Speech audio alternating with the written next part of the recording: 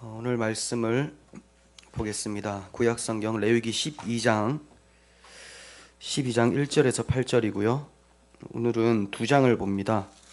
레위기 12장 1절에서 8절이고 그 다음 15장은 1절에서 33절 전체인데 봉독은 제가 이 프린트물에 실어드린 부분만 하도록 하겠습니다. 좀 핵심적인 부분만 읽도록 하겠습니다.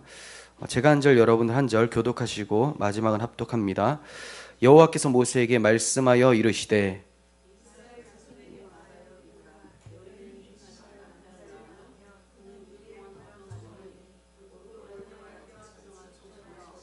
여덟째 날에는 그 아이의 포피를 벨 것이요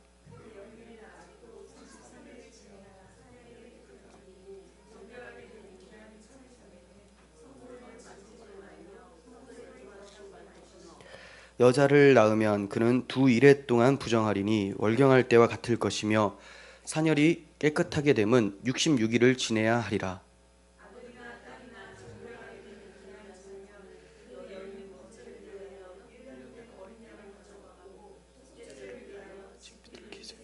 산비둘기를 회양문 제사장에게로 가져갈 것이 제사장은 그것을 여호와 앞에 드려서 그 여인을 위하여 속죄할지니 그리하면 사녀리 깨끗하리라. 이는 아들이나 딸을 생산한 여인에게 대한 규례니라. 못하면 산비둘기 집비둘기 새끼 두 마리를 가져다가 하나는 번제로 하나는 속죄 제물로 삼을 것이요 제사장은 그를 위하여 속죄할지니 그가 정결하리라. 15장 1절을 제가 읽습니다. 여호와께서 모세와 아론에게 말씀하여 이르시되 이르라 누구든지 그의 몸에 유출병이 있으면 그 유출병으로 말미암아 부정한 자라. 16절 설정한 자는 전신을 물로 씻을 것이며 저녁까지 부정하리라. 정수가 묻은 수가 가죽은 물에 빨 것이며 저녁까지.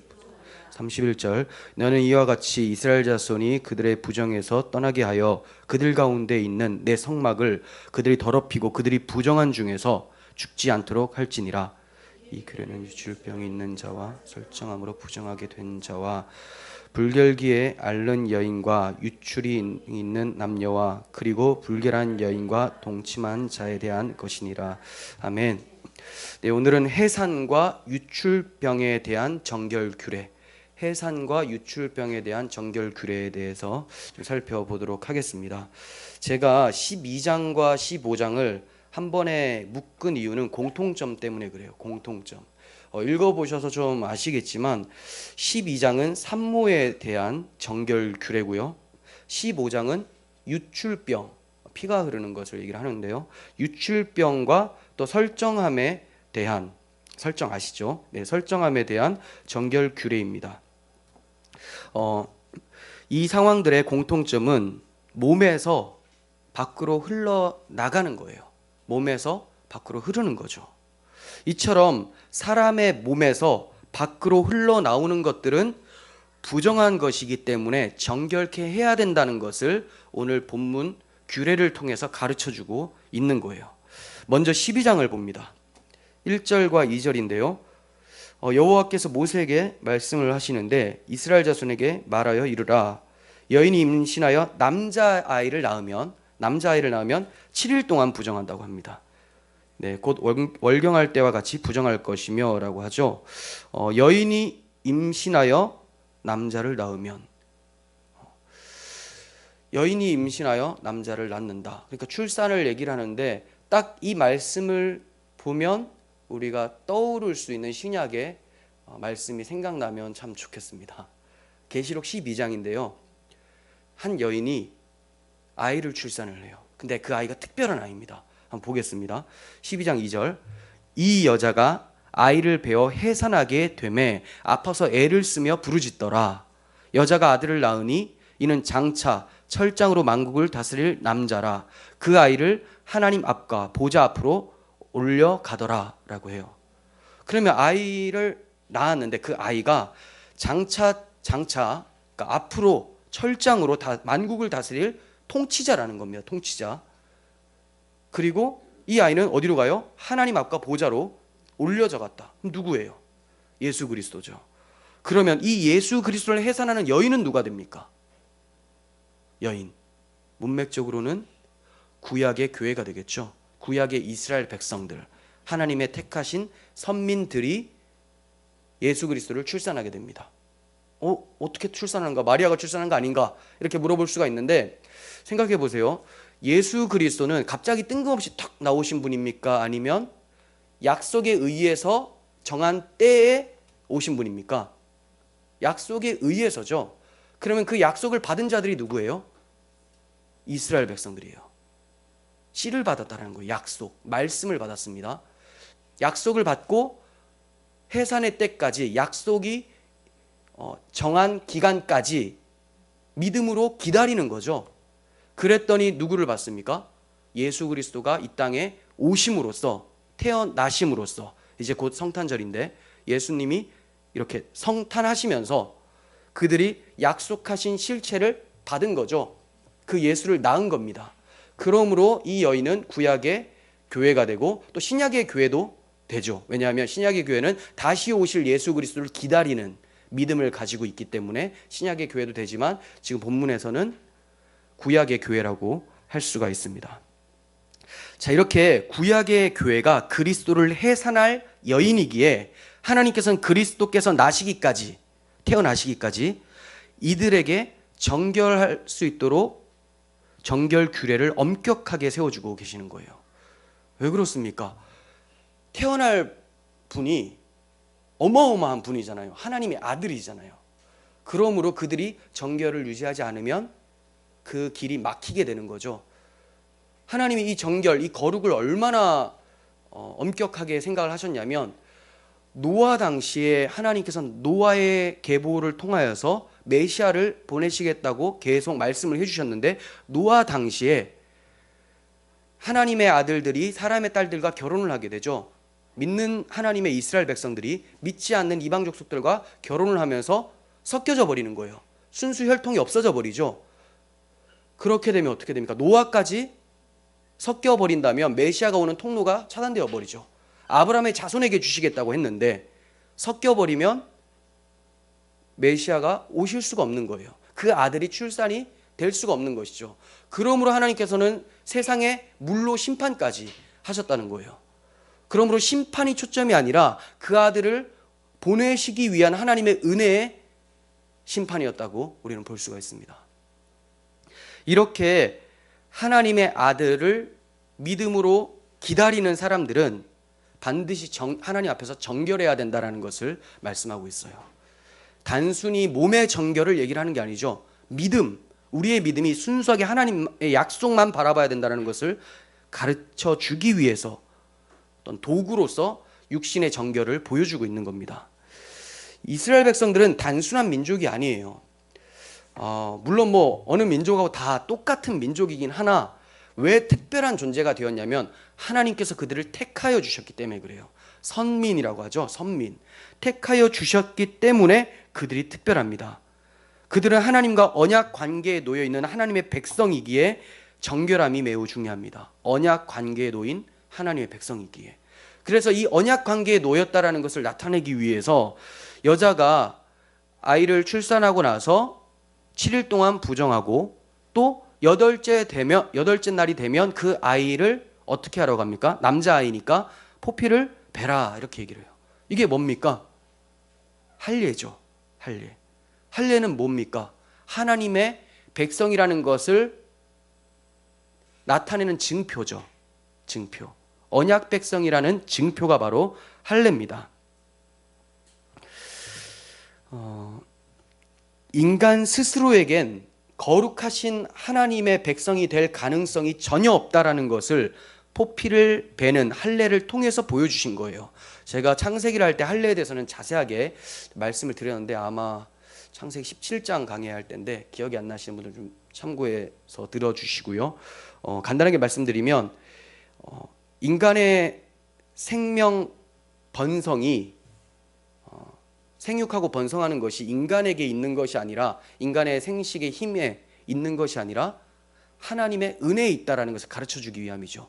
그래서 포피를 자름으로써 너희들의 힘으로가 아니라 하나님의 백성은 하나님의 언약으로, 하나님의 능력으로 번성시킨다라는 것을 가르쳐 주는 거예요. 그러므로 할례 받은 백성들은 언약의 백성이고, 이 언약의 백성들의 특징은 우리가 하는 건 아무것도 없습니다. 오직 하나님의 말씀만 믿고 따라갈 뿐입니다 라고 하는 자들이에요. 그리스도인이죠. 이스라엘 백성이 그랬어요. 그리스도인이 그래야 된다는 거예요.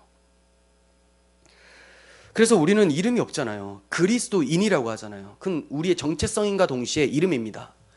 그리스도의 사람이라는 거예요. 그리스도 안에 있으면 이제 김인수, 뭐 누구누구 이런 이름들이 없어집니다. 우리는 다 예수의 이름을 받은 자가 되는 것이죠. 그럼으로써 그리스도인이라는 정체성과 이름을 받은 자들. 그러면 누구로 삽니까? 예수로 사는 거죠. 그러면 예수로 산다는 것은 예수께서 행하시는 그 능력으로 사는 거지, 내가 예수란 말은 아니잖아요. 즉 이스라엘 백성들이 받았던 그 할례는 지금 우리로 말하면 세례고, 그 세례의 영적 실체는 뭐냐? 십자가죠. 십자가에서 예수와 함께 죽고 주와 함께 부활했기 때문에 우리는 주님과 더불어 사는 거지 우리의 힘으로 사는 자들이 아니라는 거예요. 그러므로 이렇게 예수와 함께 사는 자, 하나님의 말씀으로만, 하나님만 의지해서 사는 자들은 반드시 뭐가 필요하냐? 하나님에 대한 올바른 신앙, 정결함이 필요하다라는 것을 가르쳐 주시기 위해서 정결 규례를 주고 계시는 거예요. 4절을 봅니다. 그 여인은 아직도 33일을 지내야 사녀리 깨끗하리니 정결하게 되는 기한이 차기 전에는 성물을 만지지도 말며 성소에 들어가지도 말 것이라, 이렇게 얘기하시죠. 7일이면 끝난 줄 알았는데 33일을 더 있으래요. 그럼 총 며칠입니까? 40일 동안 부정하다라는 거예요. 40일 동안. 구속사적인 맥락에서 이 40이라는 숫자는 굉장히 중요하죠. 제가 많이 말씀을 드렸는데 여러분 40하면 떠오르는 어떤 단어들이나 표현들이 뭘까요? 광야죠. 광야. 즉 광야는 우리들의 인생이죠. 인생. 광야 40. 이 40이라는 숫자는 타락한 죄인이 통과해야 될 시련과 훈련 기간, 양육 기간이라고 할 수가 있어요. 그러니까 이 산모가 40일을 지낸다는 것은 하나님의 백성으로서 받을 시련과 고난과 훈련을 통해서 바르게 양육되어지는 기간이 바로 40일이라는 거예요. 그냥 아무 생각 없이 지내라는 게 아닙니다. 40일 동안 나는 부정한 자야. 난 부정한 자야. 하지만 반드시 40일째 되는 날은 온다. 이것을 기다리라는 거죠. 소망 중에 기다리라는 거예요. 모세의 40년, 어떤 40년이었습니까? 모세는 40년을 2번 했습니다. 아세요? 세 번이네요. 세 번으로 나눌 수가 있어요. 모세가 120살까지 살거든요. 그럼 한 살부터 40살 때까지는 어디에? 애굽에 있었죠. 애굽에 40년. 하나님께서 그를 준비시켜 가시면서 여러 가지 지혜와 이런 것들을 키워 가시고 학문과 이런 것들까지 다 세워 가시는 기간이었고, 그다음 미디안 광야 40년. 이건 이제 훈련이죠. 훈련. 아주 홀로 괴롭게 이제 성장을 하게 됩니다. 그리고 나서 이렇게 양육받고 나니 지도자가 되죠. 그래서 신의 광야를 40년 동안 이제 이스라엘 백성들을 이끌고 걸어가게 되죠. 예수님도 40이 있죠. 40일 동안 금식을 하시고 이후에 바로 시험을 받으십니다. 마귀의 시험. 하지만 하나님께서 허락하신 시험. 즉 이스라엘 백성들이 40년 동안 실패했던 것들을 예수 그리스도께서 40일을 통하여서 승리하시는 것, 믿음으로 이겨내시는 것을 예수님의 40일 금식과 시험을 통해서 보여주시는 거예요. 그러니까 40이라는 것은 훈련과 시험, 양육의 기간이라고 할 수가 있는 것입니다. 5절을 보시면 여자를 낳으면 그는 2일에 동안 부정하리니 14일 월경할 때와 같을 것이며 사녀리 깨끗하게 되면 66일을 지내야 하리라. 이거 좀 불공평해 보이죠. 사실 공평이 아닙니다. 지금 공평이 아니에요. 남자아이를 낳으면 7일 그리고 33일, 근데 지금 여자아이를 낳으면 14일 그리고 66일이랍니다. 그러면 80일이죠. 딱 딱 2배예요. 2배 정확하게. 왜 정확하게 이렇게 2배를 얘기를 하시는지에 대해서는 사실 정확히 알 수가 없습니다. 하지만 여러 가지 이제 학자들의 추론들이 있긴 있는데, 뭐 어떤 학자는 여자아이가 커서 산혈하게 될 가능성이 있죠. 아이를 낳을 가능성이 있죠. 그래서 그것까지 생각을 해서 이제 염두하고 2배다라고 하는 학자들이 있고, 뭐 그럴 듯하지만 저는 크게 동의는 안 되고, 저는 이게 이제 아담이 먼저 꾀임을 당한 것이 아니라 여자가 꾀임을 당해서 죄에 빠졌다라는 것을 알려주시기 위한, 그 에덴 동산에서의 타락을 잊지 말라는 측면에서 이스라엘 백성들한테 보여주고 있다는 거예요. 그러니까 여자 책임이다라는 것을 강조하는 게 아니라 너희들이 지금 어디서 넘어졌는지, 왜 이렇게 되었는지를 에덴 동산을 거슬러서 생각해봐라, 잊지 마라, 여기에 초점이 있다는 거예요. 저는 이것이 맞다고 좀 보여져요. 자, 이렇게 산혈로 인해서 부정한 기간이 다 지나가고 나서야 어떻게 해요? 성물을 만질 수도 있고 성소에 들어갈 수 있게 된다고 합니다. 성물을 만지거나 드디어 성소에 들어갈 수 있게 돼요. 그러면 여인의 산혈은 무엇을 의미하는 게 됩니까? 산혈로 인해서 성물도 못 만지고 성소로 못 들어갔었는데, 이것이 기간이 다 지나서 정결케 되면 들어간다. 그러면 산혈은 무엇을 의미하는 게 돼요? 죄가 되죠. 죄입니다. 하나님이 계신 성소로 들어갈 수 없도록 막는 죄를 상징하는 것이 됩니다. 오늘 살펴본 규례들이 피와 관련이 있어요. 그렇죠? 유출병도 그렇고 다 피와 관련이 되어 있습니다. 이것은 죄의 결과로서 피가 발생되었다는 것을 나타내시기 위함이에요.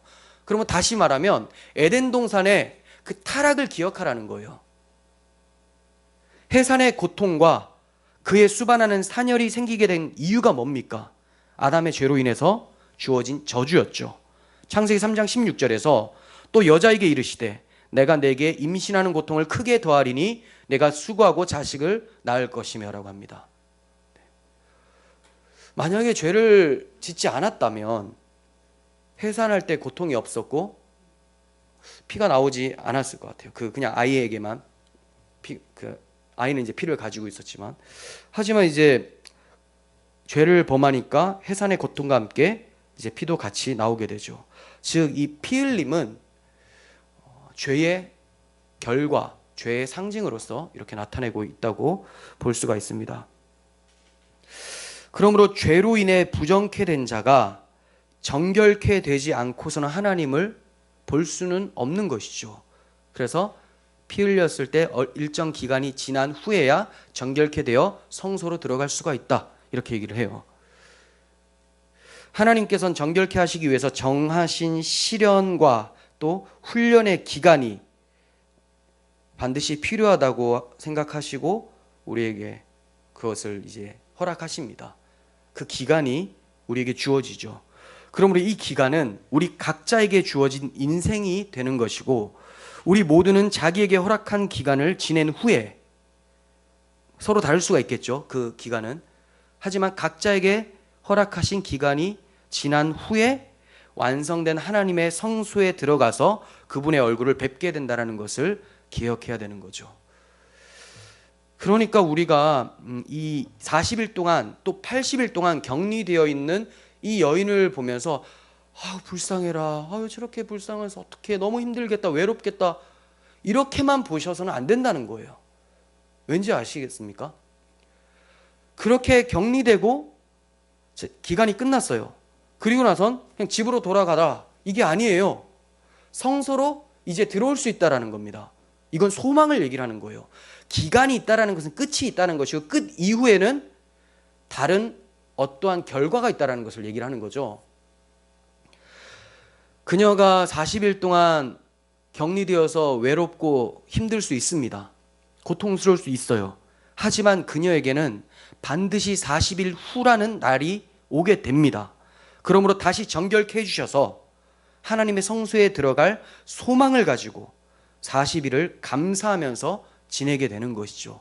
그게 산모가 지내야 될 시간이에요.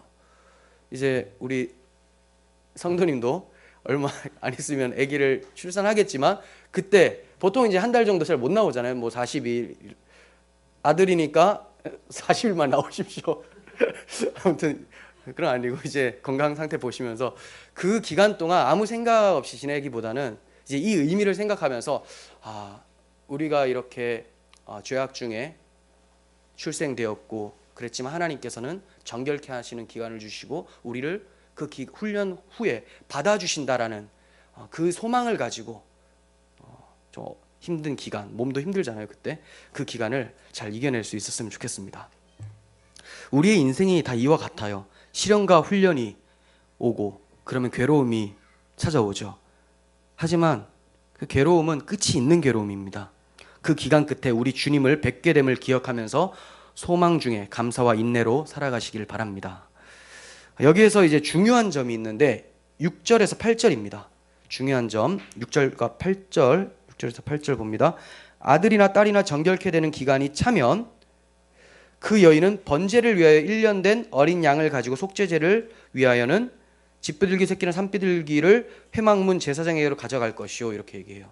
그러니까 기간이 다 차잖아요. 다 차면 바로 성소에 들어가서 이제 끝나는 게 아니에요. 성소에 들어가서 뭐 해야 됩니까? 하나님께 나 왔어요 하면서 날 받아주세요 라는 게 있어야 되지, 성막에만 들어가면 그냥 받아주는 겁니까? 속죄함을 받아야 되죠. 속죄함. 그래서 네 속죄를 위해서 속죄제를 드리고 번제제를 드려라. 그래서 양을 잡든지, 속죄제를 위해서는 번제를 위해서는 양을 잡고 속죄제를 위해서는 비둘기를 잡으라, 이렇게 얘기를 하고 있는 거죠. 그렇게 속죄를 하면 7절 하반절에 그리하면 사녀리 깨끗하리라 라고 해요. 속죄를 하면 그리하면 깨끗하게 된다. 이 말씀은 단지 40일 또는 80일을 지내고 나면 자동적으로 정결하게 되어서 하나님께 받아들여진다는 것이 아니라는 것을 가르쳐 줍니다. 즉 번제와 속죄제를 드리고 나서야 정결한 자로서 하나님께 연락되어진다는 거죠. 기쁘게 받아들여진다는 말입니다. 속죄제를 왜 드립니까? 죄 때문이잖아요. 속죄제. 죄 때문이에요. 번제는 왜 드립니까? 다 배운 겁니다. 번제는 그리스도의 전적인 헌신을 상징하는 제사라고 했어요. 그러면 번제를 드리는 이유는 우리가 원래는 하나님의 것이기 때문에 하나님께 우리를 전적으로 헌신해야 되는 것이 마땅하기 때문에 번제를 드려야 되는 거죠. 그러면 어떻게 해서 죄가 사함을 받고 우리가 하나님께 드려지게 됩니까? 이렇게 양이나 잡고 비둘기를 잡으면 죄가 사함 받고 하나님께 헌신되어지는 거예요? 이거는 예표잖아요. 예표. 우리가 앞에서 살펴본 것처럼 속죄제는 예수 그리스도께서 십자가에서 우리의 죄를 대속하여 주심으로 죄 사함 받아 정결한 자로 하나님의 자녀가 되어지는 것이고, 또 번제는 그리스도께서 이 세상을 사시면서 전적으로 하나님께 헌신의 삶을 사셨던 그 삶을 우리에게 넘겨주심으로써 우리가 하나님의 것이 되었고 하나님의 자녀가 되었다는 것을 나타내 주세요. 그러므로 이제 우리가 내 안에 예수 그리스도를 모시고 산다면 그분의 전적인 헌신이 내 삶을 통하여서 튀어나오게 되는 거죠. 즉 예수 그리스도의 십자가와 그분의 삶을 통하여 속죄와 헌신이 가능하게 되었다는 겁니다. 그러므로 제물은 형편에 맞게 달라져도 괜찮은 거죠. 꼭 어린 양이 아니라도 괜찮은 거예요. 왜냐하면 진짜 제물은 누구예요? 하나님의 아들 예수 그리스도시기 때문에. 그래서 좀 제물을 드릴 힘이 없으면, 돈이 좀 부족하면 어린 양 말고 그냥 비둘기로 속죄와 번제를 다 드려도 된다, 이렇게 얘기하는 것이 이제 8절의 내용입니다. 하나님께서는 본문을 통해서 인간은 누구나 아담 안에서 전적으로 타락한 자로서 죄 덩어리 상태라는 것을 나타내 보이고 계시는 겁니다. 전적으로 타락해서 그냥 죄 덩어리. 그러니까 안에 씻고 찾아보고 이렇게 찾아봐도 뭐가 나오는 거예요? 계속 찾는데 죄만 계속 나오는 거죠.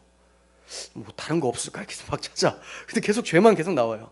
죄로 만들어진 덩어리이기 때문에 그것을 오늘 사람의 몸에서 뭔가 나오면 다 죄가 된다. 그래서 정결함을 받을 필요가 있다라고 얘기를 해주는 거예요. 아이가 출생하는 거 얼마나 기쁜 일입니까? 하지만 그 아이도 원죄 아래 태어나는 것이죠. 그러므로 그 아이도 죄악 중에 출생한다라는 것을 나타내는 것이고, 그거는 뭐가 전제예요?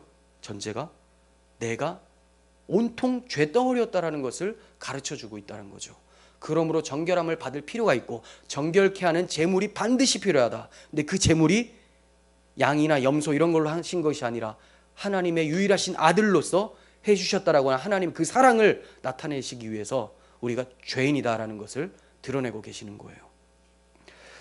욥기 14장 4절 보시면 누가 깨끗한 것을 더러운 것 가운데서 낼 수 있으리이까? 하나도 없나이다 라고 합니다. 깨끗한 것을 더러운 곳에서 어떻게 꺼낼 수가 있겠습니까? 사람들은 밖에서 안으로 들어가는 것이, 밖에서 내 안으로 들어가는 것이 사람을 더럽게 한다고 생각을 하기 때문에 밖의 것에 대해서 계속 관심을 갖습니다. 아, 저건 더러운 거야, 이건 좋은 거야, 이걸 넣으면 난 깨끗해지고 저게 들어오면, 저게 묻으면 난 더러워져. 온통 생각이 어디에 돼 있어요? 밖에. 이러이러한 환경들이 있으면 나는 불행한 것이고, 이런 게 있으면 복된 것이고, 다 관심 어디? 밖에. 하지만 예수님은 뭐라고 하십니까? 성경은 뭐라고 해요? 사람 속에서 나오는 것이 부정하고 더럽다 이렇게 얘기를 해요. 그러므로 관심을 어디다 가지라는 거예요? 네 안을 살펴봐라 이렇게 얘기를 하고 있는 겁니다. 그 안을 살펴봤더니 죄가 있는 거죠. 그거를 이제 잘 못 살펴보니까 하나님께서 유출병도 보여주시고 설정함도 보여주시고 또 산모가 아이를 낳았을 때도 보여주시면서 자, 이거 부정하니까 빨리 속죄제와 번제제를 드려야 돼 라고 친절하게 가르쳐주고 계시는 거예요. 우리는 그리스도인들은 외부의 것에 신경 쓰는 것이 아니라 내 마음에 무엇이 들어가 있는가를 끊임없이 생각을 하고 주시해야 됩니다. 바울 사도는 아담 안에서 모든 사람이 죽은 것 같이 그리스도 안에서 모든 사람이 삶을 얻으리라 라고 얘기를 했어요. 아담 안에서는 죽음이에요, 죽음. 하지만 그리스도 안에서는 모든 사람이 삶을 얻는다. 생명, 죽음과 생명 완전히 반대죠. 이 말씀을 생각하면서 본문의 상황을 적용해 보면 지금 여인은 아담 안에서 자녀를 생산한 거죠. 아담 안에서 타락한 가운데서 자녀를 생산했기 때문에 그 자녀는 다윗의 고백대로 죄악 중에 출생한 것이 되는 거예요. 그래서 산모와 자녀는 속죄제와 번제제를 통해서 어디에서 어디로 옮겨질까요? 아담 안에서 있다가 이제 속죄제와 번제제를 통해서 그리스도 안으로 옮겨지게 된다는 것을 보여주고 있는 거죠. 그리고 그 아이가 할례를 받음으로써 너는 언약의 백성, 하나님의 자녀다라고 입증을 시켜주고 있는 거예요. 이것을 알고 있는 그리스도인이라면 아이가 태어나는 것을만 생각하고 아우 좋아라, 아우 좋아라 이렇게만 생각해서는 안 된다는 겁니다. 당연히 기뻐하고 즐거워하고 감사해야 되는 건 맞는데 이 아이도 아담 아래서 태어난 원죄를 가지고 있다는 것을 생각하고, 그러면 이 아이도 죄인이라는 것을 안다면 그러면 또 누가 떠오르게 됩니까? 우리의 속죄와 번제 제물이 되신 예수 그리스도가 이 아이에게도 필요하다는 것을 생각하게 돼서 그를 위해 기도하게 되고 그를 예수 그리스도의 복음으로 양육하게 된다는 거죠.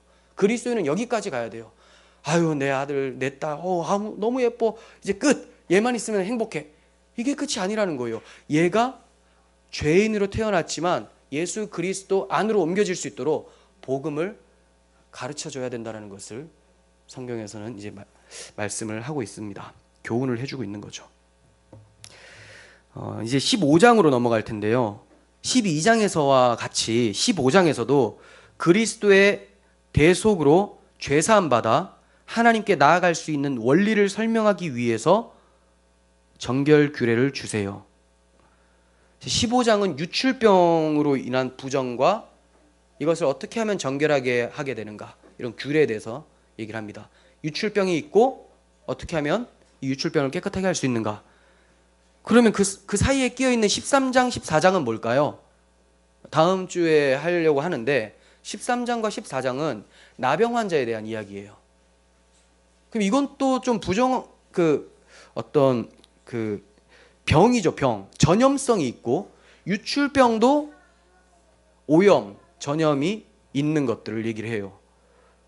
그럼 다 뭐냐면 지금 관심이 전염, 오염 여기에 이제 초점이 맞춰지는 것처럼 보입니다. 왜냐하면 1차 독자들인 이스라엘 백성들은 광야에서 집단 생활을 했었죠. 그러니까 한 사람이 좀 심각한 병에 걸리면 전체적으로 퍼져가게 되죠. 큰일 나는 거예요. 그래서 격리시키고 정결케 하라. 이게 중요합니다. 하지만 이렇게만 보는 것은 너무나 빈약한 해석이에요. 이거는 1차적인 해석이고, 이제 궁극적으로 보면 뭘 조심하라는 겁니까? 병이 전염되는 걸 조심하라는 거예요. 누룩이 퍼지는 것처럼 죄가 퍼지는 것. 이거 하나님의 백성은 정결해야 되는데 죄가 퍼짐으로써 전체가 다 죄에 사로잡혀서 세속화되지 않도록 조심해라라는 메시지로 우리는 볼 수 있어야 된다는 겁니다. 자, 1절과 2절 봅니다. 여호와께서 모세와 아론에게 말씀하여 이르시되 이스라엘 자손에게 말하여 이르라. 누구든지 그의 몸에 유출병이 있으면 그 유출병으로 말미암아 부정한 자라.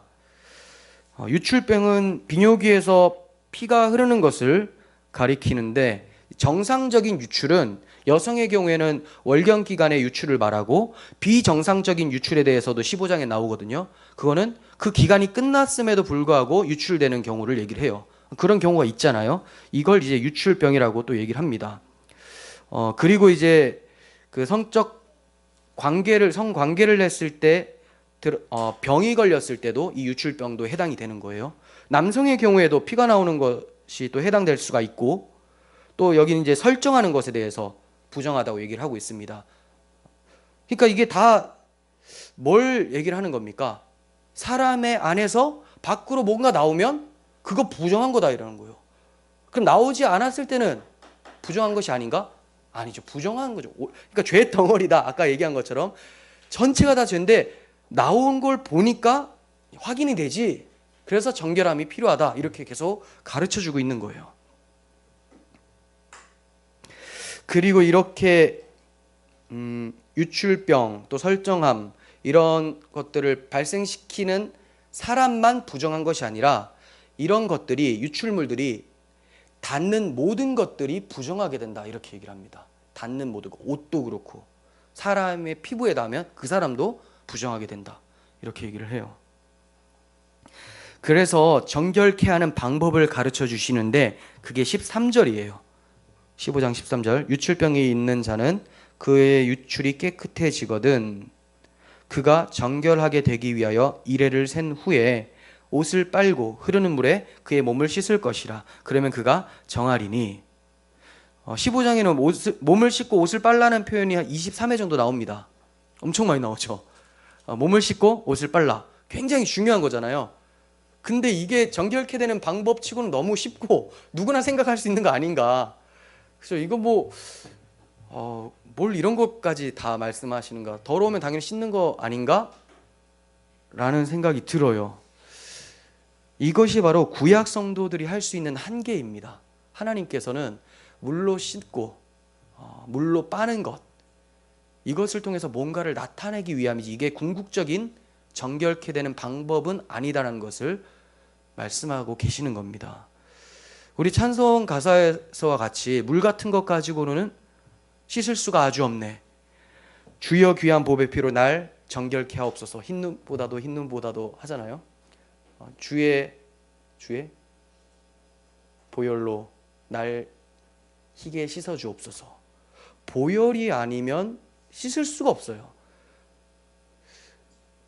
물론 우리가 뭘 묻은 것은 씻어내죠. 하지만 아까 말씀드렸죠. 외부에 있는 묻은 것 이게 지금 초점이 아니라는 겁니다. 우리 안에 있는 죄, 이 마음 어떻게 씻을 것인가? 그리스도의 보혈. 또 물로 씻는다라는 말은 그리스도의 말씀, 주의 성령으로 우리를 씻어낸다. 성령이 아니고서는 그리스도의 보혈이 아니고서는 우리의 죄를 씻을 방도가 없다. 이 방법을 만들기 위해서 하나님이 얼마나 힘드셨을까요? 생각을 해보십시오. 물 같은 거는 그냥 하나님이 야 바다에 가서 씻어, 호수에 가서 씻어 하면 되는 건데 지금 궁극적인 방법은 하나님의 희생이 필요한 거예요. 하나님의 희생이. 우리 하나 깨끗하게 하시려고 하나님의 아들의 피가 흘려져서 우리가 정결케 되는 방법을 마련해 주셨다는 거죠. 우리는 이 하나님의 마음을 알 수 있어야 됩니다. 그냥 나 더러운데 하나님께서 방법을 마련해 주셨구나, 예수 믿으면 된다구나, 이게 아니라는 겁니다. 왜 우리가 깨끗하도록 하나님께서는 기회를 주시는가? 근데 그 기회를 주시는데 자기의 희생이 왜 필요하는가? 우리를 그만큼 사랑하신 하나님의 마음을 우리는 알 필요가 있다는 거예요. 그래서 그리스도의 보혈로서만 정결케 된다는 것을 가르쳐 주시기 위해서 15장에서도 속죄제와 번제를 드리라고 하는 겁니다. 그게 이제 13절에서 15절까지 나오는데 읽지는 않겠고요. 이 점을 이제 히브리서 기자가 해설을 해주고 있는 걸 봅니다. 뭐 속죄제와 번제, 양 이런 거 있잖아요. 비둘기 이런 것들은 도대체 무엇이었냐? 히브리서 9장 9절에서 10절 봅니다. 이 장막은 현재까지의 비유니 이에 따라 드리는 예물과 제사는 섬기는 자를 그 양심상 온전하게 할 수 없나니 이런 것은 먹고 마시는 것과 여러 가지 씻는 거 나오죠? 것과 함께 육체의 예법일 뿐이며 개혁할 때까지 맡겨둔 것이니라. 자, 개혁할 때 진짜 중요한 것이 오기 전까지 잠깐 맡겨놓은 것, 방법이었다는 예표적 방법. 13절 염소와 황소의 피와 암송아지의 죄를 부정한 자에게 뿌려 그 육체를 정결하게 하여 거룩하게 하거든. 자, 이런 것들로 정결하게 되었다면 하물며 영원하신 성령으로 말미암아 흠없는 자기를 하나님께 드린 그리스도의 피가 어찌 너희 양심을 죽은 행실에서 깨끗하게 하고 살아계신 하나님을 섬기게 하지 못하겠느냐? 그리스도의 피, 성령의 역사는 우리를 깨끗하게 하실 수 있다라고 말씀합니다. 여러분, 진짜 유출병이 무엇입니까? 하나님 보실 때 정말로 심각한 유출병이 무엇입니까? 몸에 피가 나는 것? 그런 거 아니에요. 마가복음 7장 20절 봅니다. 또 이르시되 사람에게서 나오는 그것이 사람을 더럽게 하느니라. 속에서 그 사람의 마음에서 나오는 것은 악한 생각, 곧 음란과 도둑질과 살인과 간음과 탐욕과 악독과 속임과 음탕과 질투와 비방과 교만과 우매함이니 이 모든 악한 것이 다 속에서 나와서 사람을 더럽게 하느니라. 자, 뭐가 유출병입니까? 죄인의 마음에서 나오는 것을 발견하면 유출병이 걸렸다는 것을 다 알게 된다, 이거예요. 우리가 다 유출병 환자라는 거죠. 영적 유출병 환자. 지금은 아닙니다. 지금은 그리스도의 보혈로 깨끗하게 되었어요. 주의 성령이 우리 가운데 계십니다. 하지만 예전에 유출병 걸렸던 것들이 습관적으로 그런 행동들을 하게 되죠. 그러므로 우리는 날마다 그리스도를 붙잡고 우리가 유출병에서 나은 자라는 것을 확인하고 새로운 자로서, 정결케 된 자로서 살아갈 준비를 해야 되는 거예요. 다윗은 고백을 합니다. 시편 51편에서 내가 죄악 중에서 출생하였으며 어머니가 죄 중에서 나를 잉태하였나이다. 우슬초로 나를 정결하게 하소서. 내가 정하리이다. 나의 죄를 씻어주소서. 내가 눈보다 희리이다.